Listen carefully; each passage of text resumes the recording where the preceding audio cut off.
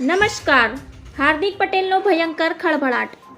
Surat crime branch પોલીસે સનાતન સંઘના અધ્યક્ષ સહિત દેશના અન્ય હિન્દુ નેતાઓને મારી નાખવા ધમકી આપનાર કટ્ટર મુસ્લિમ મૌલવીની ધરપકડ કરી છે.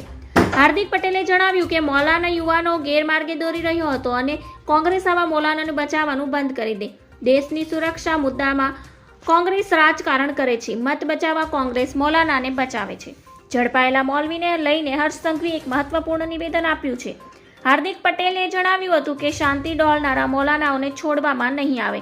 કોંગ્રેસ આવા મૌલાનાને બચાવવાનું બંધ કરે. ભાજપના નેતાઓની હત્યાનું ષડયંત્ર પાકિસ્તાનમાં ભાજપના નેતાઓની હત્યા કરવા પાકિસ્તાન સોપારી આપતું હતું.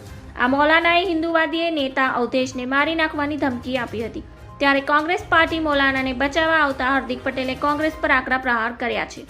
આરોપી અન્ય કોઈ વ્યક્તિ સાથે પણ આવું કાવતરું કરનારો હતો, તેમ અન્ય કોઈ દેશના લોકો સાથે સંપર્ક હતો કે શું તે દિશામાં તપાસ હાથ ધરી છે. ધન્યવાદ. જય હિન્દ.